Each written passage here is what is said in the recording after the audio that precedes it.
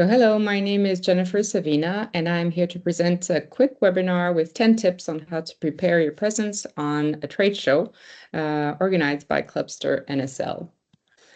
My name is Jennifer. I'm consultant, and I have a company called Babelcom. I've been working for almost 20 years assisting companies on their international events, trade shows, seminar, and I have a lot of good tips to share with you so that you'll be ready for the next upcoming show.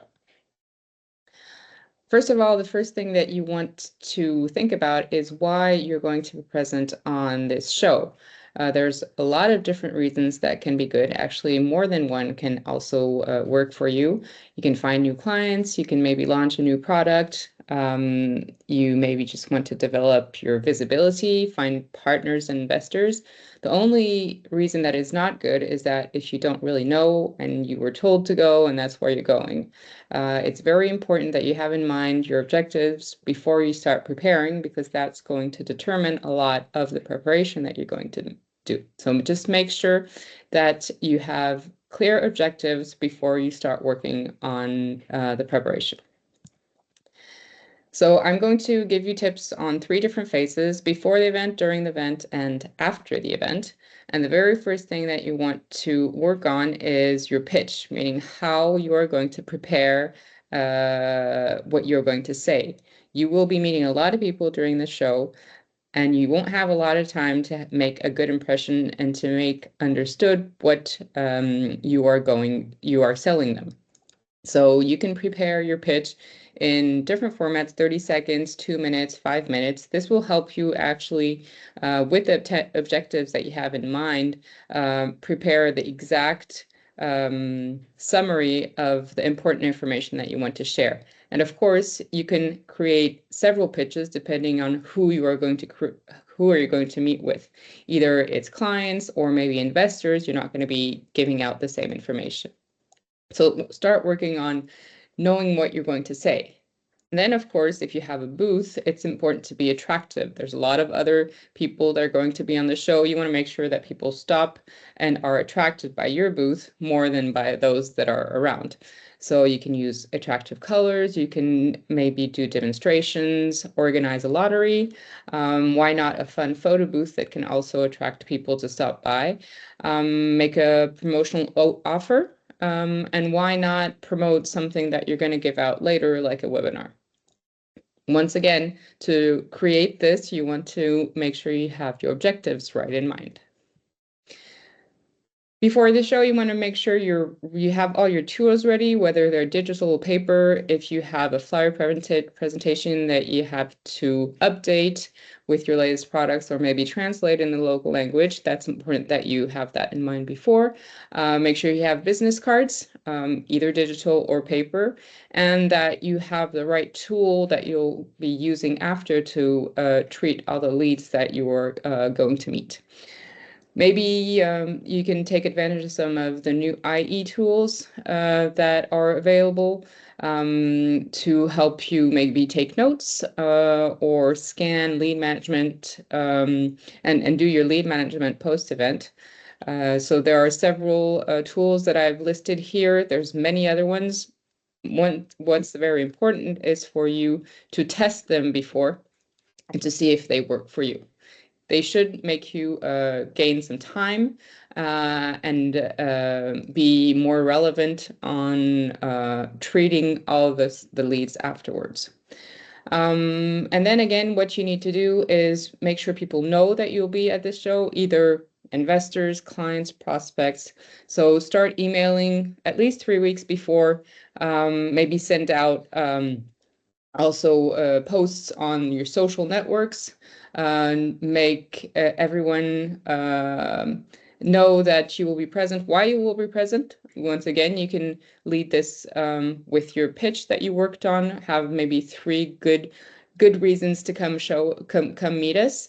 And certain important clients, you can just also pick up your phone and give a call to invite them. Sometimes as an exhibitor, you'll have either free passes or special prices that you can give out to make sure that people are going to come and see you. Now that you are on the show, of course, you have all this preparation, everything is nicely prepared, but you need to have in mind that you have to stay agile and make sure you're personalizing. Even if you have your pitches ready, make sure you're using the right one. Do your homework before you meet people. If you have pre-booked meetings, make sure you know everything about this, the person that you are meeting. Check up the LinkedIn accounts, maybe the websites, so that you know exactly what to say. Make sure you listen before you start talking. Maybe they'll give you clues to adapt also your message. It's important that your talking points are really adapted to the person that you're meeting. Take advantage of being there to go see what your competitors are doing. Maybe meet up with them, grab some documentation that they're handing out. Maybe also use this opportunity to meet some potential partners, develop your network. Sometimes there's a lot of times you have networking opportunities during the show. So it's important that you use these shows not just to sell, but also to remain aware of what's going around in your sector. Just as you communicated before the show, you want to communicate also during the show, make known that you are there, maybe through photos of your team. Maybe if you have a conference that you're talking at, make sure people know about this. You can have a live interview also that can be done during the show and that you can share on your social networks.